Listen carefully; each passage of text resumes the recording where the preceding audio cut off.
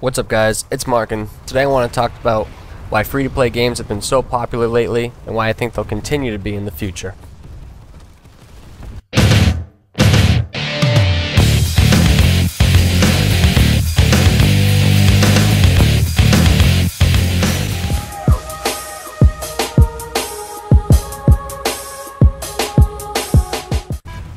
So first off, you see I'm playing some Planetside 2, which is an awesome game, free to play obviously, and this game just eats up PCs, just eats them up. So I was finally able to do some tweaks and mess with some stuff, and I can get some decent frames now while recording, so probably be putting a little bit more of this on my channel. But this game is hard, it is tough. So anyway, Planetside 2, if you haven't tried it out yet, try it. It is free to play. Just like this video is all about. So when you think free to play, the first thing you think is, how does a developer make any money when they're releasing a game that is free?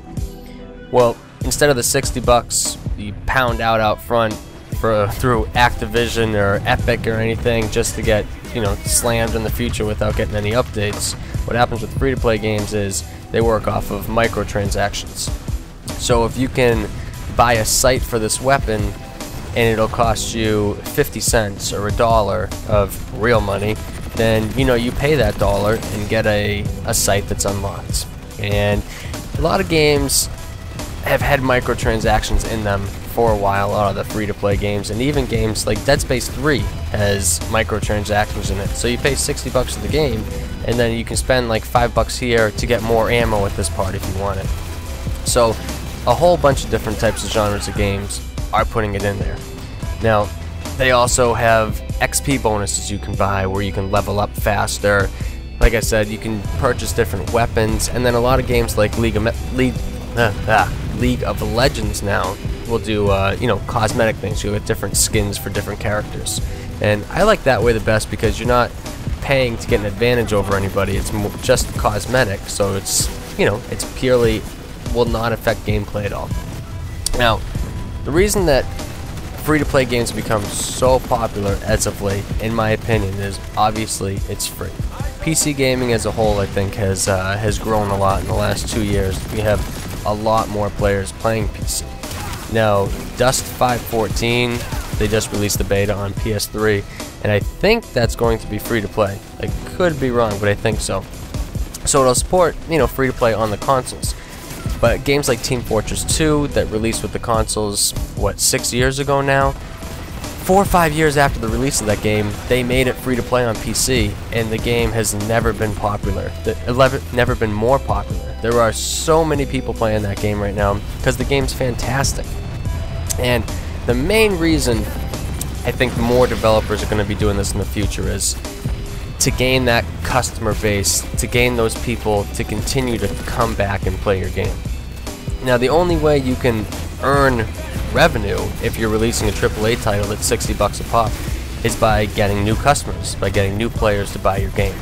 So say you have 1,000 people buy your game at 60 bucks a pop, that's a decent amount of change that you can get. Obviously the numbers are far bigger than that, but you understand what I'm doing here. But in a month, you're only going to be getting money from new people who are going to be buying your game. So from, word of mouth, if somebody's iffy about buying a game and their friend says, I bought it, it's great, you should try it, you should buy it, that's their only way of getting any more money from their game at all, besides your DLCs and things like that. Now, when you have a free-to-play game, you make a game not just for new players, but you make it to keep your existing players, coming around. So you don't just have 1,000 people buying your game at 60 bucks a pop on release day. You'll have 10,000 people at least trying your game because it's free. Why would you not try a free game? You might love it and you might play it non-stop forever. So you have more people trying your game because it is free. And you don't have to change the mechanics of your game to invite new players to play. It's your game. Everybody's going to try it out because it's free. And in the future, the after-release support on free-to-play games is huge. It is so different than your regular AAA titles. It's outrageous. I mean, games like Team Fortress 2, like I said, that game is like 6 years old now. It might even be more than that. And that game gets weekly updates. It's like every time I launch Steam, Team Fortress 2 is getting an update. Whether they're adding a different weapon skin, balancing out a weapon, they do so much work on just that game. So the after release support for free-to-play games, they need to keep you playing. They want you to want that next unlock. They want you to want that next site, to spend that 50 cents, spend that $1. So they don't just drop their game off. And after, 3 months, let's take Warfighter for example. You get one patch that didn't really fix anything, and they are done with the game. They're done with it. They're not doing anything else with it. You have free-to-play games where you don't need to get new people to play. You need to keep your players returning and coming back for more.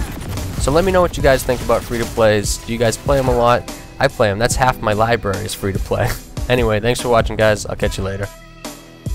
Alright, thanks for sticking around to the end of the video, guys. On the left here, you have my last vid. It's my Going Through Changes series.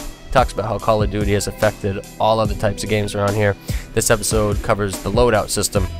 On the right, you have my last Battlefield 3 video. It talks about that elitist attitude that these guys have in gaming and how I dislike it.